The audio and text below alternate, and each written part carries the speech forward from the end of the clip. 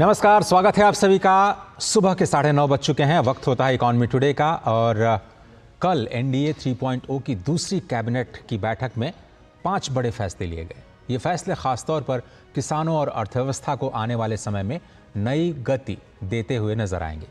उधर गांव और शहरों में लोग अपने पैसे कैसे खर्च कर रहे हैं, इसको लेकर के सरकार ने अब आधिकारिक सर्वे जारी किया है। कारोबार जगत की इन तमाम खबरों पर हमारी निगाह रहेगी, आपको बताएंगे बाजार का हाल। लेकिन सबसे पहले नजर डालते हैं आज की टॉप लाइंस पर। किसानों की आमदनी को दोगुना करने के लिए कैबिनेट का बड़ा फैसला। खरीफ सीजन के 14 फसलों के लिए एमएसपी बढ़ाने को मंजूरी दी। धान का एमएसपी किया गया 2300 रुपए। दाल और तेल के दामों में जो न्यूनतम समर्थन मूल्य है उसमें भी बढ़ोतरी की गई। देश के पहले ऑफशोर विंड एनर्जी के लिए कैबिनेट का बड़ा फैसला। 7,453 करोड़ रुपए की वायबिलिटी गैप फंडिंग योजना को दी गई मंजूरी। गुजरात और तमिलनाडु में 500 मेगावाट की 2 विंड एनर्जी प्रोजेक्ट्स बनाए जाएंगे। महाराष्ट्र में वधावन में बनाया जाएगा ऑल वेदर पोर्ट। 76,200 करोड़ रुपए में बनाया जाएगा ये नया बंदरगाह। दुनिया के 10 सबसे बड़े पोर्ट्स में होगा शामिल। इंटरनेशनल इकोनॉमिक कॉरिडोर के जरिए कारोबार को मिलेगा बढ़ावा। वित्त मंत्री की बजट पूर्व चर्चा का आज दूसरा दिन। आज फाइनेंशियल सेक्टर, कैपिटल मार्केट और उद्योग जगत के प्रतिनिधियों के साथ होगी मुलाकात। कल अर्थशास्त्रियों के साथ की थी बजट पूर्व चर्चा। तो ये बड़ी खबरें देश के आर्थिक मोर्चे पर, आर्थिक मुहाने पर क्या असर डालेंगी हमारे और आपके जीवन में, इसको समझने के लिए हमारे साथ खास मेहमान होंगे। उनके साथ हम चर्चा करेंगे और आज का हमारा यही फोकस है कि जो कैबिनेट के बड़े फैसले हैं, खासतौर पर जो इकोनॉमी को लेकर के बड़े फैसले आ रहे हैं, उसका हमारे और आपके जीवन पर क्या असर है। दीपशिखा सेकरवार जो कि senior economic journalist economic times के साथ जुड़ी हुई है, वो हमारे साथ होंगी। लेकिन उससे पहले आपको बताएं कि मोदी सरकार 3.0 की बहुत बहुत धन्यवाद दीपशिखा जी, स्वागत है आपका।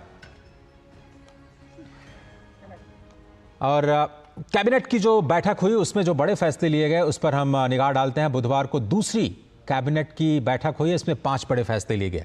केंद्रीय सूचना और प्रसारण मंत्री अश्विनी वैष्णव ने बताया कि कैबिनेट में किसान कल्याण के लिए बहुत ही महत्वपूर्ण फैसला लिया गया है। कैबिनेट ने कुल 14 फसलों पर न्यूनतम समर्थन मूल्य तय किया है। नए खरीफ सीजन के लिए धान का नया एमएसपी अब 2300 रुपए तय किया गया है। खरीफ सीजन के लिए 14 क्रॉप्स पे मिनिमम सपोर्ट प्राइस आज कैबिनेट ने अप्रूव किया है। धान का नया एमएसपी, पैडी का नया एमएसपी खरीफ के लिए 2,300 रुपीज डिक्लेयर किया गया है, which is 117 rupees increment over the previous MSP. अगर 2013-14 का जो प्राइस था, दैट प्राइस वाज 1,310 रुपीज, 1,310। यानी कहां 1,310 था और कहां आज 2,300 है। और केंद्रीय मंत्री अश्विनी वैष्णव ने कहा कि दाल और तिलहन के जो न्यूनतम समर्थन मूल्य है उसमें भी बढ़ोतरी का फैसला लिया गया है। दाल में और ऑयल में, एडिबल ऑयल में, इन दोनों में आत्मनिर्भर बनने के लिए पूरे प्रयास करने हैं और उसके लिए कई तरह के नए नए इनिशिएटिव्स लिए गए हैं। उसमें एमएसपी एक बहुत इंपॉर्टेंट रोल प्ले करता है। मूंग की एमएसपी डिसाइड हुई है 8,682 रुपीज। तूर की एमएसपी है 7,550। ये पिछले एमएसपी से 550 रुपए ज्यादा है। उड़द की हुई है 7,400 रुपीज, जो कि पिछले एमएसपी से 450 रुपए ज्यादा है। तिल 9,267 रुपीज, ये पिछले एमएसपी से 632 रुपए ज्यादा है, 632 रुपीज ज्यादा है।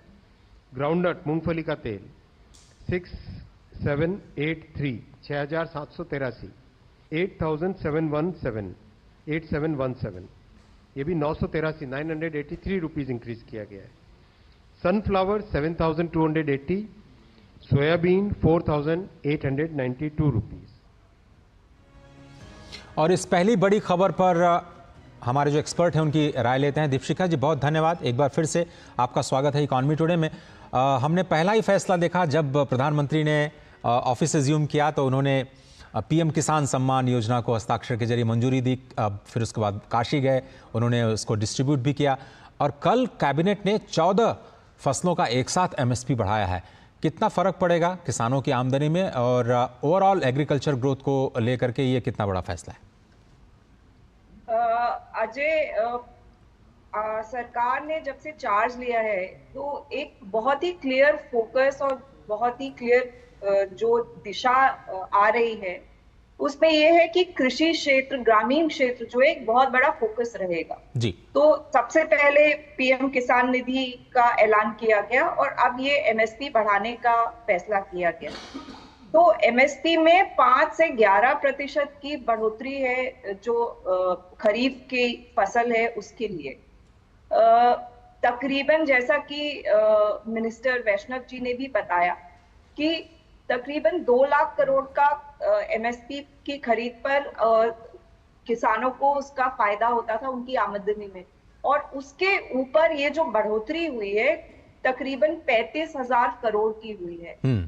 तो जाहिर सी बात है कि जो सरकार का उद्देश्य है वो ये है कि किसानों की आमदनी में किस तरह से उसको बढ़ाया जा सके, क्योंकि कृषि क्षेत्र जो एक हमारे देश में बहुत बड़ा एम्प्लॉयर है, बहुत खास लोगों को एम्प्लॉय करता है, ज्यादा लोगों को, तो उनको किस तरह से और मजबूत किया जाए, इसीलिए इस दिशा में ये कदम उठाए गए। और अगर आप देखेंगे तो एमएसपी में खास जो फोकस है पल्सेस पर है, दालों पर, तिलहन पर, जिन पर हमारी इंपोर्ट पर काफी डिपेंडेंस है, तो उसको किस तरह से कम किया जा सकता है, एमएसपी बढ़ा के किसानों को बढ़ावा दिया जाए कि उनकी और पैदावार बढ़ाएं और उसमें फोकस रखें। तो इसीलिए अगर आप देखेंगे कि उसके तहत एमएसपी में बढ़ोतरी की गई है काफी अच्छी खासी। और ओवरऑल फूड इन्फ्लेशन को लेकर के क्या उम्मीदें हैं? आरबीआई ने ये कहा है कि मॉनसून थोड़ा बेहतर स्थिति में रह सकता है, जो बुलेटिन में कहा गया है, लेकिन रिस्क अभी भी है फूड इन्फ्लेशन को लेकर के। और आपने जैसा कहा कि जो दलहन है और तिलहन उसका इंपोर्ट हमें करना पड़ रहा है और बाहर भी कीमतें बढ़ रही हैं और उसकी वजह से ये कदम लेना और भी ज़्यादा ज़रूरी हो गया। तो मुझे लगता है कि पूरे साल भर इस तरह का फोकस स्पष्ट नजर आएगा, जिसमें फूड इन्फ्लेशन को काबू में कैसे किया जाए। सरकार और आरबीआई दोनों मिलकर के शायद इसका प्रयास करेंगे। बिल्कुल आपने ठीक कहा अजय, फूड इन्फ्लेशन एक चैलेंजिंग इशू रहा है। पिछले आप देखेंगे कि कुछ महीनों से कभी सब्जियों की वजह से, कभी कोई और इशू हो जाता है, तो हम कुछ समय से देख रहे हैं कि फूड इन्फ्लेशन एक बहुत ही एक रिस्क फैक्टर बन के उभरा है। मॉनसून का जो शुरुआती फोरकास्ट था आईएमडी की तरफ से, अच्छे मॉनसून होने की उम्मीद थी और अभी भी ये उम्मीद जताई जा रही है। और अगर मॉनसून अच्छा रहता है तो फूड इन्फ्लेशन में जरूर उस पर कमी आएगी। लेकिन अगर आप अभी शुरुआती दौर में मॉनसून का स्प्रेड देखें तो जो पेस है मॉनसून के बढ़ने की वो थोड़ी धीमी है और उतना स्प्रेड हुआ नहीं है। जी। तो उसको लेकर के थोड़ी सी चिंता सी आ गई है। दूसरा चीज है, अगर आप विश्व का बाजार देखें तो जैसे ब्राजील में वहां पर बाढ़ आ गई तो थोड़ा सोयाबीन को लेकर के इशू हो गया है। तो इस तरह से जो ग्लोबल फैक्टर्स भी हैं, ग्लोबली भी काफी सारी कमोडिटीज जो है उनकी प्राइस, उनके दाम जो है बढ़ रहे हैं। और चूंकि दाल में और तिलहन में हमें इंपोर्ट करना पड़ता है, तेल इंपोर्ट करना पड़ता है, तो उसकी वजह से थोड़ा सा हमारी अर्थव्यवस्था में एक रिस्क बन के आ जाता है, क्योंकि उसके वैश्विक बाजार पे हमारा कोई नियंत्रण नहीं है और बिल्कुल पे हमारा कोई नियंत्रण नहीं। जी।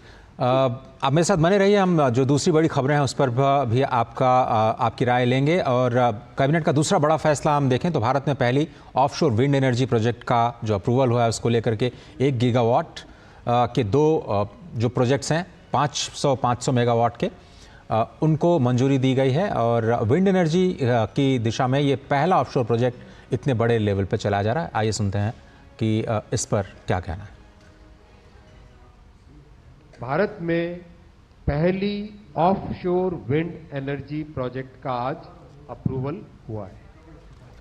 1 गीगावाट यानी 1000 मेगावाट का 2 प्रोजेक्ट, एक 500 मेगावाट का और दूसरा अनदर 500 मेगावाट। और प्रधानमंत्री नरेंद्र मोदी की अध्यक्षता में केंद्रीय मंत्रिमंडल ने जो ऑफशोर विंड एनर्जी है उसके प्रोजेक्ट को मंजूरी दी है और वायबिलिटी गैप फंडिंग के जरिए ये जो योजना है उसको क्रियान्वित किया जाएगा। सूचना और प्रसारण मंत्री अश्विनी वैष्णव ने संवाददाताओं से कहा कि VGF यानी वायबिलिटी गैप फंडिंग योजना 2015 में नोटिफाई किया गया था और अब ये राष्ट्रीय ऑफशोर विंड एनर्जी की जो पॉलिसी है उसकी कार्यान्वयन की दिशा में एक बहुत बड़ा कदम है। इसका उद्देश्य है भारत के विशेष आर्थिक क्षेत्र में मौजूद जो विशाल ऑफशोर पवन ऊर्जा है उसकी क्षमता का उपयोग करना। साथ ही उन्होंने कहा कि सरकार से मिलने वाले इस वायबिलिटी गैप फंडिंग के समर्थन से जो पवन ऊर्जा परियोजना है आने वाले दिनों में बिजली की लागत में भी कमी आएगी और बिजली के वितरण कंपनियों द्वारा जो खरीद के लिए उसे और ज़्यादा प्रैक्टिकल बनाया जा सकेगा। तो निजी कंपनियों की जो भागीदारी है इसमें और भी होने की उम्मीद है। लेकिन ये पहला ऑफशोर विंड प्रोजेक्ट जिसको कैबिनेट की मंजूरी मिली।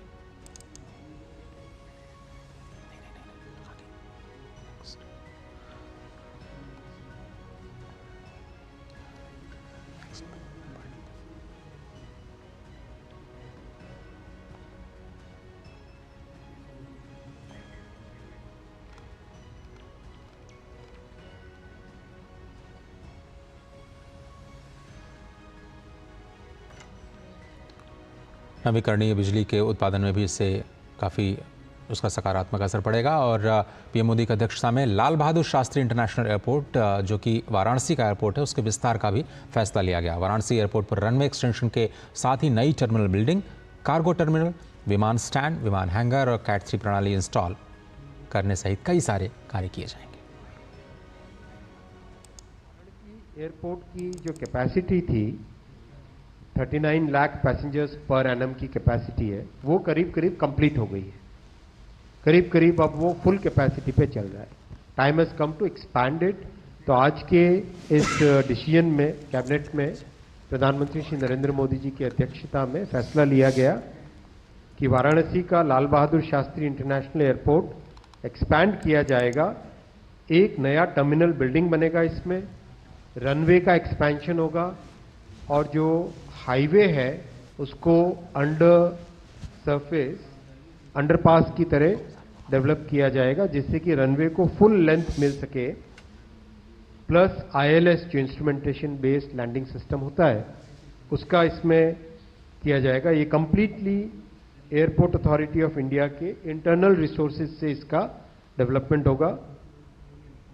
और महाराष्ट्र के वधावन में ऑल वेदर पोर्ट को भी बनाने की मंजूरी मिली है। 76,200 करोड़ रुपए का प्रोजेक्ट कॉस्ट किया गया है और दुनिया के 10 बड़े सबसे पोर्ट्स में शामिल होगा।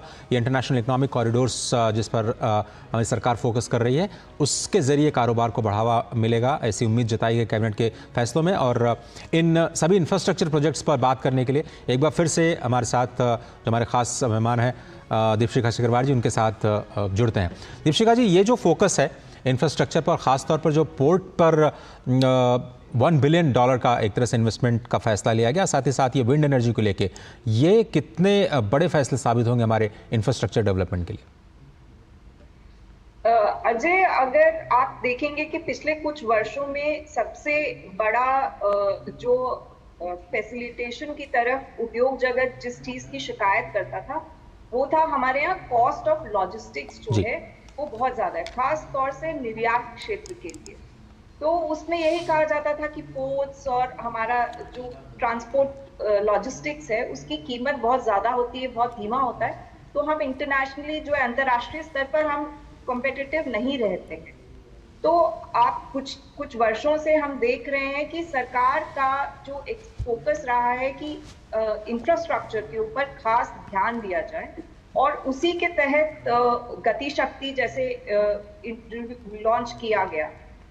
सारे इंफ्रास्ट्रक्चर जो है उनको मैच करके कहाँ कमी है उनको पूरा किया जाए। तो ये एक बहुत बड़ा पोर्ट है जो प्लान किया गया है, डीप क्राफ्ट पोर्ट है। और ये जो सरकार की G20 के दौरान जो एक अनाउंसमेंट हुआ था middle east Europe economic corridor का, जी उसको भी ये जुड़ेगा, उसकी तरफ ये एक पहला कदम है। तो ये एक बहुत बड़ा स्टेप है उस दिशा में और सरकार का और पूरे देश का जो ये इंफ्रास्ट्रक्चर है, खासतौर से जो पोर्ट इंफ्रास्ट्रक्चर है, उसके तहत एक बहुत बड़ा अनाउंसमेंट और कल जो ये निर्णय लिया गया। जी, थोड़ा सा आगे बढ़ते हैं और कल बहुत सारी ऐसी खबरें आई जिनका हमारे और आपके जीवन पर असर पड़ता है और एनएसएसओ का एक डेटा जो है कंजम्पशन को लेकर के जारी किया गया और उसमें ये कहा गया है कि कैसे हम हमारे देश के गांव और हमारे देश के शहर किस तरह से खर्च कर रहे हैं। तो आइए आपको दिखाते हैं कि कौन सी वो बड़ी बातें हैं जो इस सर्वे में निकल करके सामने आई हैं और बहुत इंटरेस्टिंग सर्वे है। इसमें कहा गया है कि साल 2022-23 में गांव और शहरों में प्रति व्यक्ति उपभोग में बढ़ोतरी दर्ज की गई है, यानी जो कंजम्पशन है वो बढ़ रहा है। कंजम्पशन कैसे बढ़ेगा? जब आमदनी बढ़ेगी। तो एक स्पष्ट संकेत कि प्रति व्यक्ति आय में बढ़ोतरी हुई है। ग्रामीण क्षेत्रों में जो खर्च है वो 40% बढ़ा है और शहरी क्षेत्रों में 33% बढ़ा है। ये एक कंपैरिजन दिया गया है। अच्छी बात यह है कि गाँव और शहरों के कंजम्पशन का जो अंतर है वो 11-12 में 84% से अब घट करके 71% हो गया है। गांव और शहरों में खाद्य पदार्थों का जो उपभोग है उसमें कमी आ रही है और जो नॉन फूड आइटम्स हैं उनका उपभोग बढ़ रहा है। खाद्य पदार्थों पर खर्च घटा है 46% गांव में और शहरों में अब ये और ज़्यादा घट करके 39% पर आ गया है। खाद्य पदार्थों में भी अगर हम बात करें तो अनाज पर लोगों का खर्च घटा है। प्रोसेस फूड, दूध, जलपान, फल, सब्जी ऐसे आइटम्स का ज़्यादा इस्तेमाल किया जा रहा है। गाँव में देखें तो नॉन फूड आइटम्स पर खर्च ज़्यादा बढ़ा है और वो लोग जो ट्रांसपोर्टेशन है उस पर सबसे ज़्यादा खर्च कर रहे हैं और चिकित्सा उसके बाद मेडिकल पे ज़्यादा खर्च किया जा रहा है। इसी तरह से शहरों में अगर हम बात करें तो नॉन फूड जो एक्सपेंडिचर है उसमें बढ़ा है। ज़्यादातर लोग ट्रांसपोर्ट और मनोरंजन पर खर्च कर रहे हैं। तो 2023 में गाँव और शहरों में लगातार ये जो उपभोग में बढ़ोतरी देखी जा रही है, इसका संकेत क्या है, ये इससे क्या समझा जाना चाहिए, उस पर एक छोटा सा कमेंट लेते हैं। दीपशिखा जी, क्या कहेंगे आप? ये जो नए आंकड़े आए हैं कंजम्पशन के, वो देश की इकोनॉमी के बारे में कौन सी तस्वीर पेश करते हैं? देखिए, अगर दोनों आप अर्बन और रूरल जो है ग्रामीण क्षेत्र का भी कंजम्पशन देखें तो ये दिखाता है कि कंजम्पशन जो है वो स्टेडीली चेंज हो रहा है, मतलब बदल रहा है। और जिस तरह और ये यही दर्शाता है कि ग्रामीण क्षेत्र में भी आमदनी में बढ़ोतरी हुई है। तो इसीलिए अगर आप देखें कि झुकाव जो है प्रोसेस फूड, फल, उनकी तरफ झुक रहा है। तो ये देश के लिए एक अच्छा, अर्थव्यवस्था के लिए एक बहुत अच्छा ट्रेंड है कि दोनों शहरी क्षेत्र और ग्रामीण क्षेत्र वहां पर जो कंजम्पशन है उसमें बदलाव आ रहा है और उसमें बढ़ोतरी हो रही है। और जिस तरह का बदलाव है वो अर्थव्यवस्था को और मजबूती देगा। और जैसा कि हम अभी कुछ समय पहले डिस्कस कर रहे थे, मॉनसून जैसे है, हम देखते हैं कि अगर बहुत अच्छा मॉनसून होता है तो ग्रामीण क्षेत्र में डिमांड जो है, कंजम्पशन बढ़ता है, वहां डिमांड और मजबूत होती है। तो ग्रामीण क्षेत्र की तरफ से खासतौर से जो जिस तरह के आंकड़े हैं वो दिखाता है कि रूरल इकोनॉमी में भी बदलाव शुरू हो गया है और जो आमदनी के अलग अलग पैटर्न्स हैं, मतलब जिस तरह से उनको सपोर्ट मिल रहा है मनरेगा से या कृषि क्षेत्र में भी एमएसपी के द्वारा जी, तो वो ये बदलाव जो है उसको ला रहा है। बिल्कुल, बहुत बहुत धन्यवाद। वक्त हमारे पास इतना ही है। दीपशिखा जी, आपने वक्त निकाला और इकोनॉमी टुडे में चर्चा की, बहुत बहुत शुक्रिया आपका। आगे बढ़ते हैं। केंद्रीय वित्त और कॉर्पोरेट मामलों की मंत्री निर्मला सीतारमण आज नई दिल्ली में जो आगामी आम बजट 2024-25 है उसके संबंध में बजट पूर्व चर्चा करेंगी। बजट पूर्व चर्चा आज होनी है इंडस्ट्री के साथ में, कैपिटल मार्केट और फाइनेंशियल सेक्टर के जो प्लेयर्स हैं उनके साथ में। कल जो चर्चा की गई थी वो थी इकोनॉमिस्ट्स के साथ, अर्थशास्त्रियों के साथ परामर्श बैठक की गई। बजट पूर्व परामर्श बैठक में केंद्रीय वित्त राज्य मंत्री पंकज चौधरी, वित्त सचिव, आर्थिक मामलों के सचिव, राजस्व, वित्तीय सेवाओं और कॉर्पोरेट मामलों के विभागों के सचिव और भारत सरकार के मुख्य आर्थिक सलाहकार भी शामिल हुए। और इस बैठक में शामिल औद्योगिक विकास अध्ययन संस्थान के निदेशक नागेश कुमार ने बताया कि मंत्रालय को पीएलआई योजनाओं का दायरा बढ़ाने का सुझाव दिया गया है। नई पीएलआई का फोकस कपड़ा और परिधान निर्माण जैसे क्षेत्रों पर हो सकता है जो बड़ी मात्रा में एम्प्लॉयमेंट भी जनरेट करते हैं। No, I mean the PLI is there, so it is to be kind of spread over and extended to some of the other industries, like newer sectors. The labor intensive sector. Somebody said also the MSMEs to be covered as a part of that PLI. The garment textiles, garment leather goods and all that. These are sectors which create a lot of jobs, and they could be also included in the PLI. Okay. तो एक बड़ा सुझाव PLI का दायरा बढ़ाने का सरकार को मिला है। बजट पर उसका रिफ्लेक्शन कितना होगा देखने वाली बात होगी। आरबीआई ने जून महीने में जो बुलेटिन है, मासिक बुलेटिन, उसको जारी कर दिया है। पहली तिमाही में भारतीय अर्थव्यवस्था में मजबूती बनी हुई है, ये आरबीआई के बुलेटिन में कहा गया है। जीडीपी विकास दर 7.4% रह सकती है, पहली तिमाही में ऐसा अनुमान जताया गया है। हाई फ्रीक्वेंसी डेटा जो आते हैं वो बता रहे हैं कि अर्थव्यवस्था में मजबूत डिमांड बनी हुई है और ये सभी सेक्टर्स में दिख रही है। इस साल 4.5% की महंगाई दर का अनुमान है, बीते साल 5.4% रही थी और खेती बाड़ी के लिए बेहतर संभावनाएं नजर आ रही हैं आरबीआई को। मानसून में भी फिलहाल अभी तेजी नहीं दिख रही, लेकिन बाद में सुधार की उम्मीद जताई गई है। नेट एक्सपोर्ट में जो जीडीपी का बढ़ता योगदान है वो सुखद और सकारात्मक संकेत है, आरबीआई का स्पष्ट तौर पर कहना है। भू राजनीतिक जोखिमों के बावजूद इस साल जीडीपी में 7.2% की वृद्धि दर्ज की जाएगी, इसकी उम्मीद आरबीआई ने जताई है। मौद्रिक नीति समिति को भी भारतीय अर्थव्यवस्था में अधिक निवेश की उम्मीद है और कॉर्पोरेट बैलेंस शीट काफ़ी मजबूत दिख रहा है, जिससे कि निवेश की गतिविधियों को बढ़ावा मिलता हुआ दिख रहा है। साथ ही साथ बैंकों और कॉर्पोरेट्स का नीतिगत सुधारों पर जोर लगातार अर्थव्यवस्था को और मजबूती देता हुआ नजर आएगा। आरबीआई का जो बुनियादी ढांचे पर खर्च है और बढ़ते कारोबार पर जो रुख है वो काफ़ी आशावादी है। एक छोटा सा ब्रेक लेते हैं, आप देख रहे हैं इकोनॉमी टुडे। जीरा से प्यास बुझाए, डाइजेशन के लिए मस्त, शरीर में नमक पानी का बैलेंस बनाए।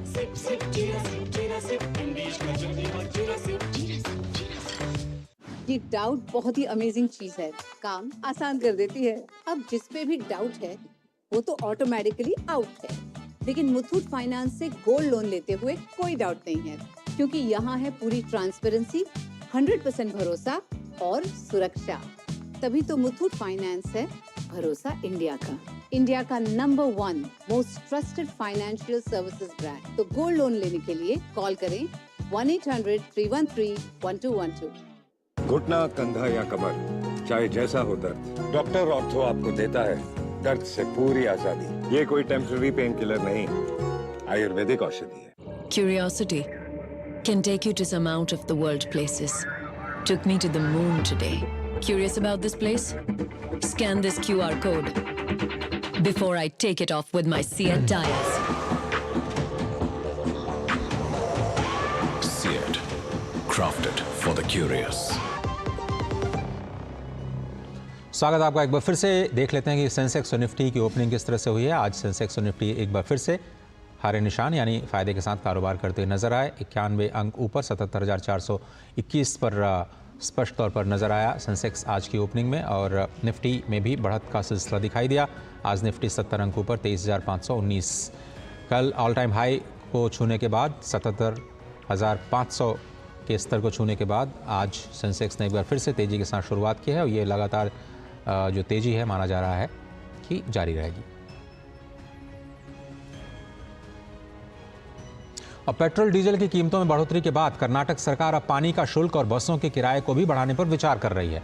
कर्नाटक के उप मुख्यमंत्री डीके शिवकुमार ने कहा कि पिछले 14 सालों से पानी का शुल्क नहीं बढ़ाया गया है और बैंगलोर जल आपूर्ति और सीवरेज बोर्ड के लिए बिजली बिल और पैरोल खर्च का भुगतान करना काफ़ी मुश्किल हो रहा है। बोर्ड हर साल घाटे में जा रहा है, तो क्या पानी का शुल्क बढ़ाया जाना चाहिए या नहीं, इस पर उन्होंने जनता से राय मांगी है। माना यह जा रहा है कि आने वाले दिनों में इस पर विचार किया जा सकता है।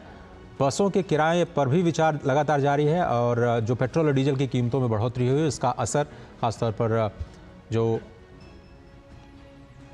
ट्रांसपोर्टेशन सेक्टर है उस पर स्पष्ट नज़र आ रहा है। महंगाई पर पड़ना शुरू हो गया है, वहाँ पर विरोध के स्वर भी अब सुनाई देने लगे हैं। सरकार बस के किराए में बढ़ोतरी पर विचार कर सकती है।